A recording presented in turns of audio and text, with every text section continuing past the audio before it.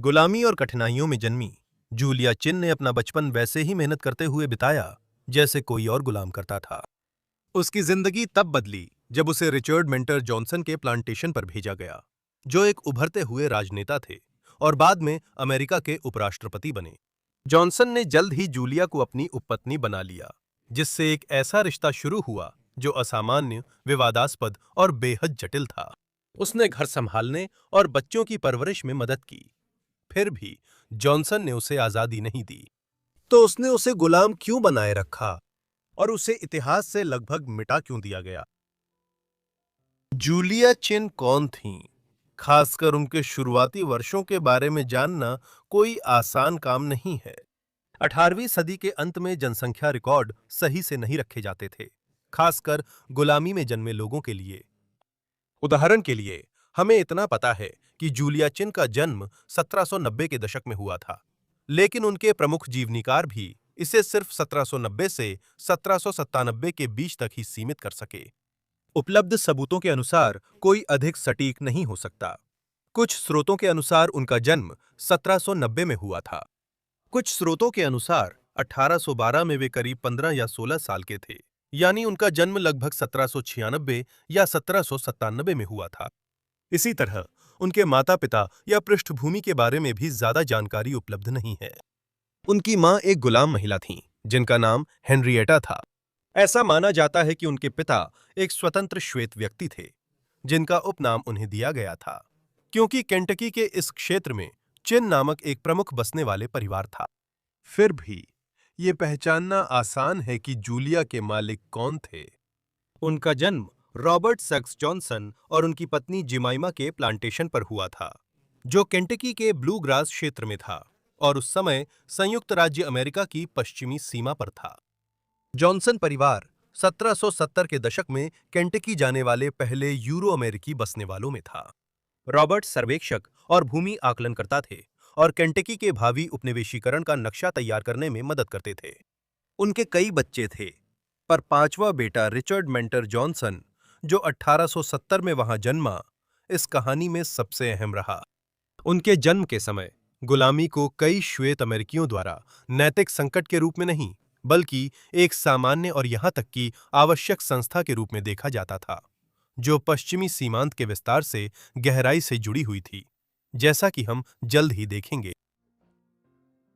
Kentucky में 1760 के दशक से वर्जीनिया से पश्चिम की ओर जाने वाले लोगों ने बसना शुरू किया था और 1792 में इसे संघ का 15वां राज्य बना लिया गया था।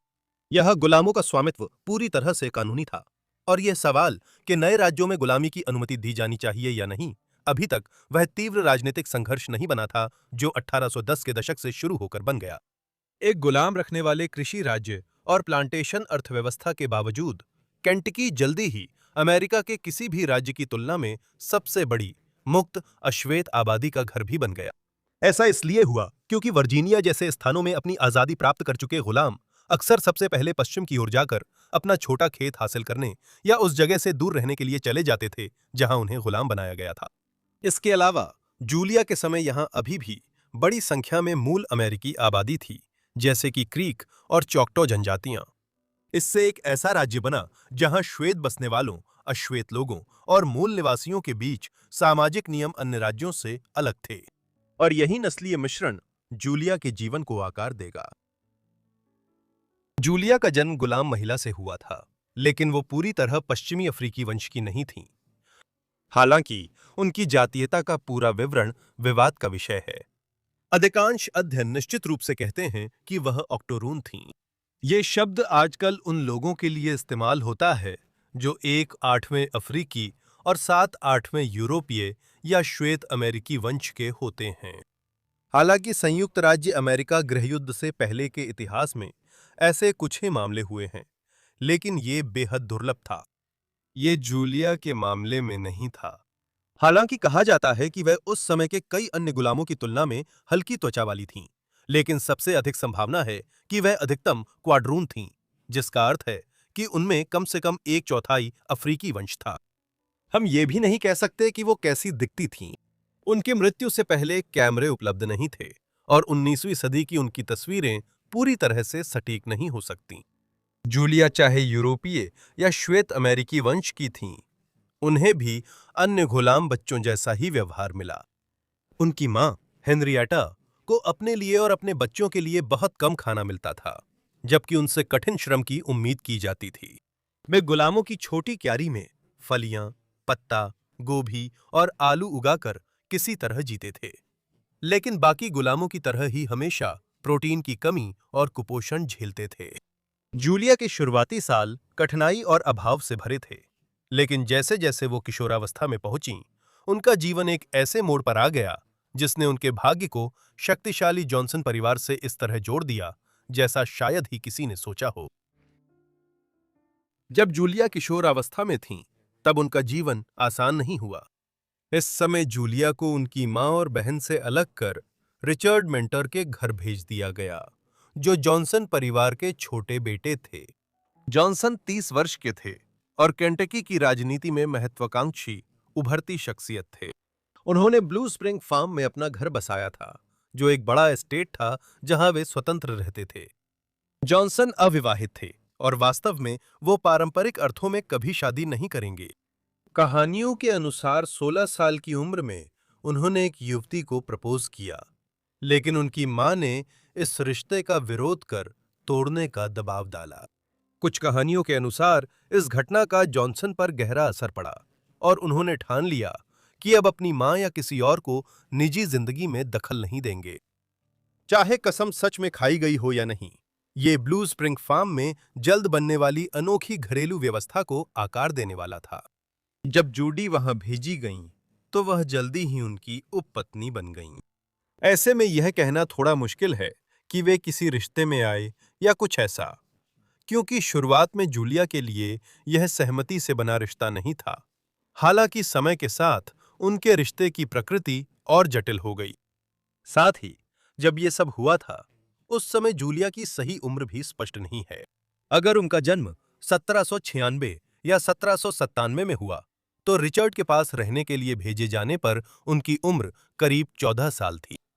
अगर उनका जन्म कुछ साल पहले लगभग 1790 में हुआ था, तो वे पहले ही 20 की उम्र में कदम रख चुकी थीं। जो बात और अधिक स्पष्ट रूप से ज्ञात है, वो ये है कि उन्होंने 1812 में इमोजन नाम की एक बेटी को जन्म दिया था। इसके तुरंत बाद दूसरी बेटी एडेलाइन का जन्म हुआ।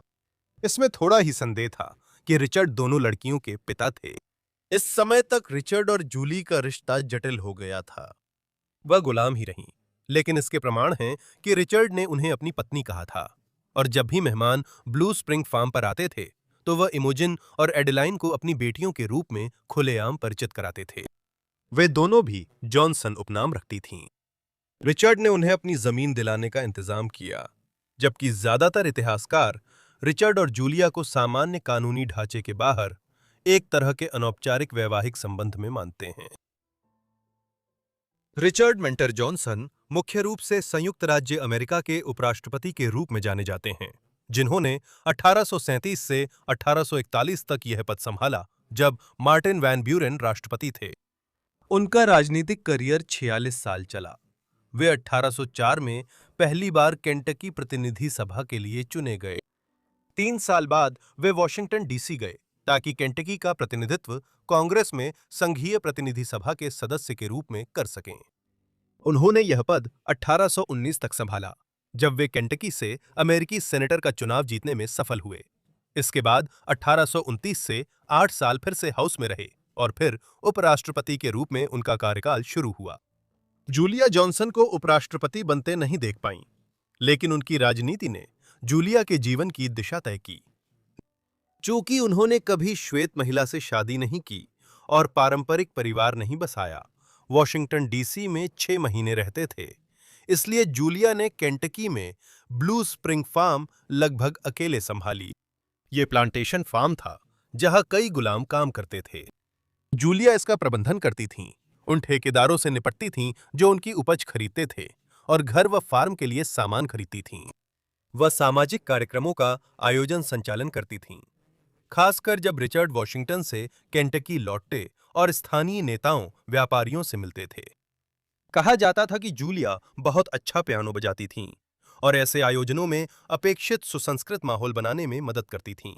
जॉनसन जब हर साल अपने राजनीतिक करियर के लिए वॉशिंगटन जाते, तो निकाले गए पैसे जूलिया के पास छोड़ जाते, जो उस समय एक गुलाम महिला पर असामान्य विश्वास था।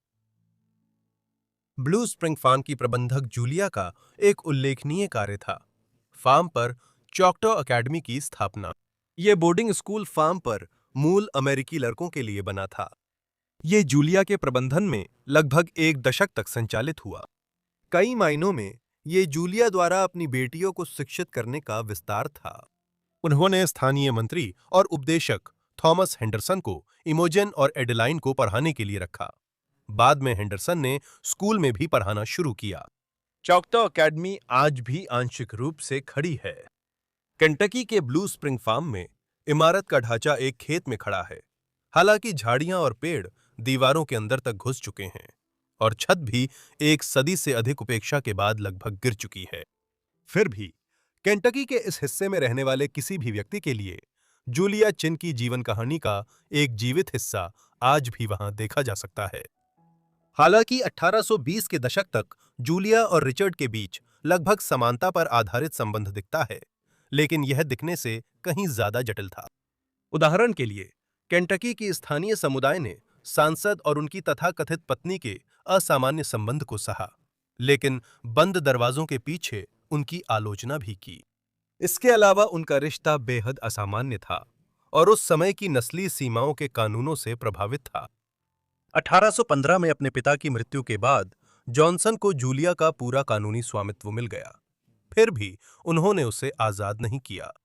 वो कानूनी रूप से गुलाम ही रही, जबकि जॉनसन ने अपनी बेटियों को खुलेआम स्वीकार किया और उन्हें अपनी संतान की तरह पाला। इतिहासकारों का मानना है कि जॉनसन ने जूलिया को शायद इसलिए आजाद नहीं किया क्योंकि मुक्ति से वे बंधन जो उसे उससे बांधे रखते थे कमजोर पड़ सकता था। उस समय के कानून के अनुसार केंटकी में भिन्न नस्लों के बीच विवाह प्रतिबंधित था, इसलिए जॉनसन जूलिया को आजाद करने पर भी वे शादी नहीं कर सकते थे। हालांकि जूलिया का घर में प्रभाव था। जूलिया ने भाई डैनियल और उसके परिवार को ब्लू स्प्रिंग फार्म लाने का इंतजाम किया, जहां वे कई साल बेहतर हालात में रहे। हालांकि 1821 में उन्हें बेच दिया गया, संभवतः इसलिए क्योंकि जॉनसन को अपनी राजनीतिक करियर बनाए रखते हुए बढ़ते हुए आर्थिक दबावों का सामना करना पड़ रहा था।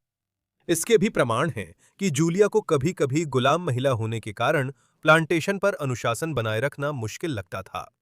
जॉनसन के पत्रों से पता चलता है कि उन्होंने अपने श्वेत कर्मचारियों को जूलिया के अधिकार का पालन करने का निर्देश दिया था। फिर भी इतिहासकारों का कहना है कि कुछ गुलाम खेतीहर मजदूरों ने उसके आदेशों की अनदेखी की और पड़ोसी पुरुष तब भी हस्तक्षेप करने को तैयार नहीं थे जब वो उन्हें दंडित करने में उनकी मदद मांगती थीं। 1833 की गर्मियों में जूलिया बहुत बीमार पड़ गईं, जब हैजा पूरे अमेरिकी मध्य पश्चिम में फैल गया था। 19वीं सदी में हैजे को ब्लू डेथ के नाम से जाना जाता था, क्योंकि ये 1810 के दशक से 1890 के दशक के बीच यूरोप और फिर अमेरिका में बड़ी लहरों के रूप में आया था, जिससे लाखों लोगों की जान चली गई थी। इसमें चॉक्टो अकादमी में हैजे का प्रकोप था, जिससे कई छात्र बीमार हुए। कई हफ्तों तक जूलिया ने बच्चों की देखभाल की और उन्हें स्वस्थ किया, लेकिन आखिरकार वो खुद भी इस बीमारी की चपेट में आ गईं। इस कारण उनकी मृत्यु हो गई और वह 1830 के दशक में हैजे की सबसे घातक अवधि के दौरान कई पीड़ितों में से एक थीं। हम यह निश्चित रूप से नहीं कह सकते कि उनकी मृत्यु के समय उनकी उम्र क्या थी। वह या तो 40 के शुरुआती वर्षों में थीं या 30 के उत्तरार्ध में थीं। उन्हें कहां दफनाया गया, यह भी अज्ञात है। जूलिया की मृत्यु के बाद रिचर्ड ने कथित तौर पर गहरा शोक मनाया। आने वाले वर्षों में उन्होंने उसी बागान पर एक और गुलाम महिला के साथ संबंध बना लिया। बाद में जब वो महिला किसी और के साथ चली गई, जॉनसन ने उसे पकड़वाकर नीलामी में बेच दिया। इसके बाद उन्होंने उसकी बहन के साथ भी ऐसा ही रिश्ता शुरू किया, जो खुद भी गुलाम थी। जूलिया की कहानी कई दशकों तक भुला दी गई थी। असल में इसे एक लीपापोती कहना चाहिए। 1836 के राष्ट्रपति चुनाव के दौरान रिचर्ड के निजी जीवन और एक गुलाम महिला के साथ उनके विवादास्पद संबंध को लेकर बहुत नकारात्मक प्रचार हुआ था। उदाहरण के लिए, ऐसे पर्चे प्रसारित किए गए जो रिचर्ड मेंटर जॉनसन पर जूलिया चिन के साथ उनके संबंध और उनकी दो बेटियों के कारण हमला करते थे। 1836 के एक कार्टून में जॉनसन अपनी दोनों बेटियों के साथ हैं, जिनमें से एक जूलिया चिन की तस्वीर पकड़े है। कलाकार ने जानबूझकर जूलिया चिन और लड़कियों की त्वचा का रंग गहरा कर दिया ताकि नस्लीय कलंक को बढ़ाया जा सके और जॉनसन का सार्वजनिक रूप से मजाक उड़ाया जा सके। फिर भी अपनी निजी जिंदगी से जुड़ी विवादों के बावजूद Richard Mentor Johnson Martin Van Buren के साथ उपराष्ट्रपति चुने गए। 1850 में जॉनसन अभी भी राजनीति में सक्रिय थे, लेकिन तब तक उनकी शारीरिक और मानसिक सेहत पहले ही गिरावट पर थी। उनका निधन 19 नवंबर को 70 साल की उम्र में स्ट्रोक से हुआ। उन्हें फ्रैंकफर्ट कब्रिस्तान में दफनाया गया। जूलिया की बेटियों को दहेज में जमीनें मिलीं और उनकी शादी गोरे पुरुषों से हुई, फिर भी वसीयत में उन्हें कुछ नहीं मिला। उनकी मृत्यु के बाद उनके दो भाई जो उस समय जीवित थे, जॉन और हेनरी जॉनसन, ऐसा लगता है कि उन्होंने रिचर्ड के कागजात और अन्य रिकॉर्ड नष्ट कर दिए। यह शायद दो मकसद थे। पहला, वे रिचर्ड के विवादास्पद संबंध और जूलिया के साथ उनकी दो बेटियों की सारी यादें मिटाना चाहते थे।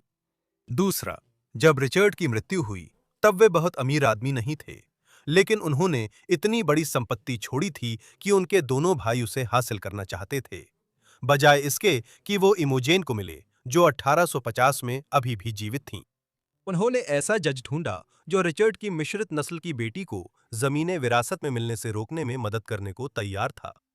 अदालत ने घोषित किया कि उसने कोई विधवा, संतान, पिता या माता जीवित नहीं छोड़ी, और इस तरह जाली वसीयत को आधिकारिक रिकॉर्ड में दर्ज कर लिया गया। रिचर्ड के कागजात नष्ट होने और उसकी संपत्ति उसके भाइयों और उनके परिवारों को मिलने के बाद जूलिया चिन की कहानी कुछ हद तक दबा दी गई, यानी तब तक जब तक 20वीं सदी के अंत में एक प्रकाशन में संयुक्त राज्य अमेरिका के उपराष्ट्रपति और उनकी गुलाम पत्नी का जिक्र नहीं हुआ।